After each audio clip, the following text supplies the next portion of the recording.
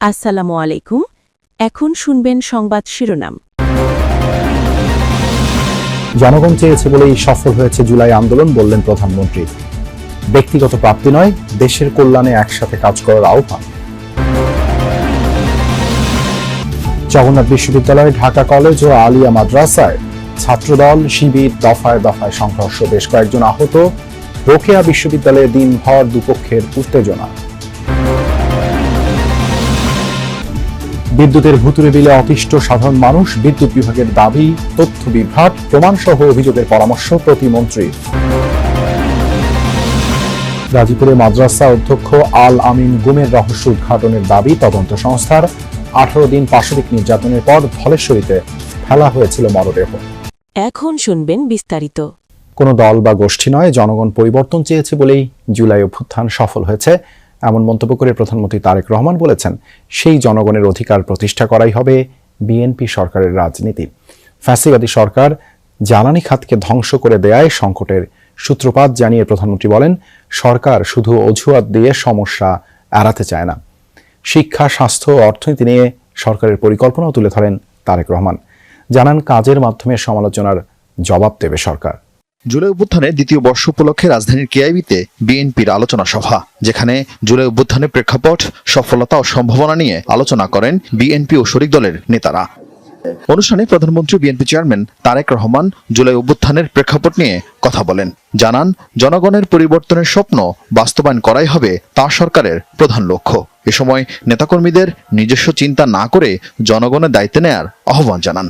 আমি আমার বাড়িঘর সবকিছু হারিয়ে ফেলে যেই বাড়ি দেখে আমি চলে গিয়েছিলাম, ফিরে এসে তো আমি সেই বাড়ি দেখিনি। তো আমরা সকলেই, বহু মানুষ বহু কিছু হারিয়েছি আমরা। কিন্তু আসুন, এখন বোধহয় আমাদের মাইন্ডসেট চেঞ্জ করার একটি সময় চলে এসেছে, পরিস্থিতি চলে এসেছে। কাজে আসুন, জনগণ আপনাদের পক্ষে রায় দিয়েছে। এখন আমাদের সকলের দায়িত্ব হচ্ছে জনগণের সেই দেওয়া দায়িত্বটি সঠিকভাবে পালন করা। এই জুলাই আন্দোলনের সফলতার ক্রেডিট এই দেশের সর্বস্তরের জনগণের। এটি কোনো একক ব্যক্তি, একক কোনো দল, রাজনৈতিক দলের এটি কোনো ক্রেডিট নয়। প্রধানমন্ত্রী বলেন, বিএনপি ক্ষমতায় এসে একটি ভঙ্গুর অর্থনীতি ও দ্বিধাবিভক্ত প্রশাসন পেয়েছে। জ্বালানি সংকটের মতো গুরুত্বপূর্ণ খাত ফ্যাসিবাদ ধ্বংস করে দেয়, সমাধানে সময় লাগছে। এক্সকিউজ দেওয়ার মাধ্যমে আমরা আমাদের দায়িত্ব এড়াতে চাচ্ছি না। আর সমস্যা আছে। রাজধানীর 3টি শিক্ষা প্রতিষ্ঠানে ছাত্রদল ও ছাত্র শিবিরের সংঘর্ষে উত্তপ্ত হয়ে ওঠে ক্যাম্পাস। আলিয়া মাদ্রাসা, ঢাকা কলেজ ও জগন্নাথ বিশ্ববিদ্যালয়ে দফায় দফায় সংঘর্ষ, ধাওয়া পাল্টা ধাওয়া এবং হামলার ঘটনা ঘটেছে। পরে আইনশৃঙ্খলা বাহিনীর অবস্থানে নিয়ন্ত্রণে আসে পরিস্থিতি। রাজধানীর পুরান ঢাকার বকশীবাজারের ঐতিহ্যবাহী আলিয়া মাদ্রাসায় হঠাৎই উত্তেজনা। মঙ্গলবার বিকেলে দফায় দফায় মারধর ও ধাওয়া পাল্টা ধাওয়া আতঙ্ক ছড়ায় আশেপাশের এলাকায়। সংঘর্ষের জন্য দুপক্ষই একে অন্যকে দায়ী করেন। পরে পুলিশ এসে পরিস্থিতি নিয়ন্ত্রণে আনে। ছাত্রদল শিবির সংঘর্ষের ঘটনা ঘটেছে ঢাকার বেগম রোকেয়া বিশ্ববিদ্যালয়ে ছাত্রদল শিবিরের মধ্যে সংঘর্ষের ঘটনার পর থেকে ক্যাম্পাসের পরিস্থিতি থমথমে রয়েছে। মোতায়েন রয়েছে অতিরিক্ত পুলিশ। সংঘর্ষের ঘটনার তদন্তে 5 সদস্যের কমিটি গঠন করেছে বিশ্ববিদ্যালয় প্রশাসন। পরবর্তী নির্দেশ না দেওয়া পর্যন্ত ক্যাম্পাসে বহিরাগতদের প্রবেশ নিষিদ্ধ করা হয়েছে।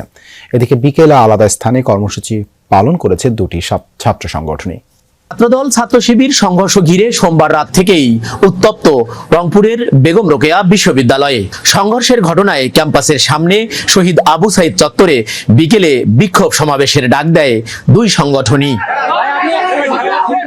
সংঘাতের আশঙ্কায় 144 ধারা জারি করতে প্রশাসনের কাছে আবেদন করে বিশ্ববিদ্যালয় কর্তৃপক্ষ।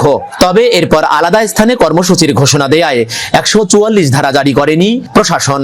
বিকেলে বিশ্ববিদ্যালয়ের প্রধান ফটকের সামনে বিক্ষোভ সমাবেশ করে ছাত্রদল, যুবদল ও স্বেচ্ছাসেবক দল। নেতাকর্মীরা বলেন, দেশে আবারও অস্থিতিশীল পরিস্থিতি তৈরির চেষ্টা করছে ছাত্র শিবির।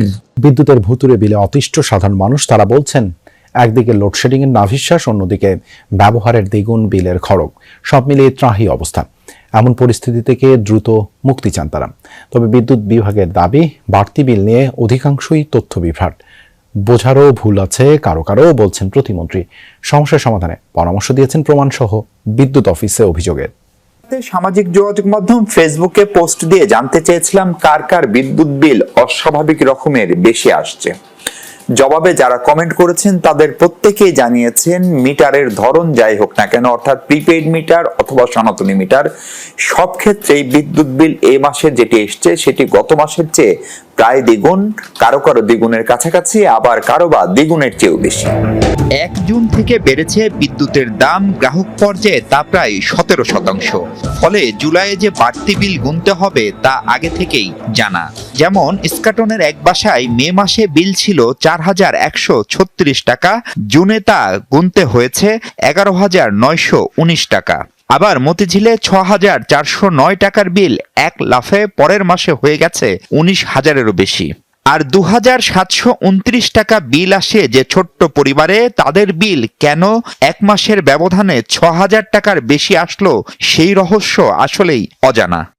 এদিকে কুড়িলের কামাল হোসেনের বরাবরই বিল আসতো 6,000 টাকার মতো, সেটি হুট করেই এ মাসে হয়ে গেছে 13,000 টাকারও বেশি। কেবল রাজধানী নয়, সারা দেশেই একই চিত্র। ঢাকার পাশের 2 জেলা মুন্সিগঞ্জ, নারায়ণগঞ্জেও এমন অস্বাভাবিক বিল এসেছে অনেকের। পিডিবি থেকে পল্লী বিদ্যুৎ কিংবা ডেসকো, ডিপিডিসি, নেসকো, ওজাপাটিকো সব সংস্থার গ্রাহকেরই বেহাল দশা। সোমবার রাতে অতিরিক্ত বিল নিয়ে অপপ্রচার চালানো হচ্ছে দাবি করে বিভ্রান্তি রোধে কঠোর ব্যবস্থার হুঁশিয়ারি দিয়েছিল বিদ্যুৎ বিভাগ। যদিও ঘণ্টা না পেরুতেই কঠোর ব্যবস্থার বদলে দায়িত্বশীল আচরণের অনুরোধ জানায় সরকার।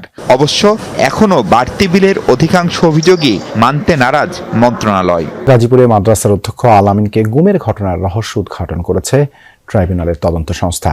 18 দিন পাশবিক নির্যাতনের পর তার মৃত্যু হলে মরদেহ ফেলে দেওয়া হয় ধলেশ্বরী নদীতে, এমন তথ্য উঠে এসেছে তদন্ত সংস্থার প্রতিবেদনে। এই ঘটনায় সিটিটিসির সাবেক প্রধান আসাদুজ্জামান, এডিসি ইশতিয়াক সহ 5 জনকে অভিযুক্ত করে প্রসিকিউশনের কাছে প্রতিবেদন দিয়েছে তদন্ত সংস্থা। গাজীপুর মহানগর এলাকার একটি মাদ্রাসার অধ্যক্ষ ছিলেন আবুল হোসেন আল আমিন। 2023 সালের 30 জানুয়ারি ডিবি পুলিশ পরিচয়ে মাদ্রাসা থেকে তুলে নেওয়া হয় তাকে। এরপর আর খোঁজ পাওয়া যায়নি আল আমিনের।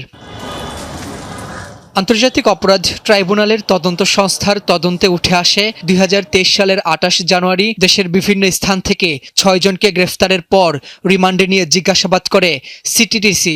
সেই সূত্র ধরেই তৎকালীন সিটিটিসির এডিসি ইশতিয়াক আহমেদের নেতৃত্বে একটি টিম 30 জানুয়ারি গাজীপুরের ইবনে মাসউদ মাদ্রাসা থেকে ধরে নেওয়া হয় আল আমিনকে।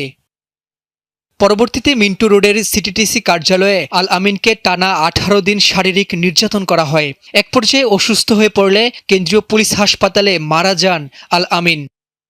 মৃত্যুর ঘটনা ধামাচাপা দিতে কেরানীগঞ্জের তুলসীখালী সেতুর উপর থেকে ধলেশ্বরী নদীতে ফেলে দেয়া হয় মরদেহ।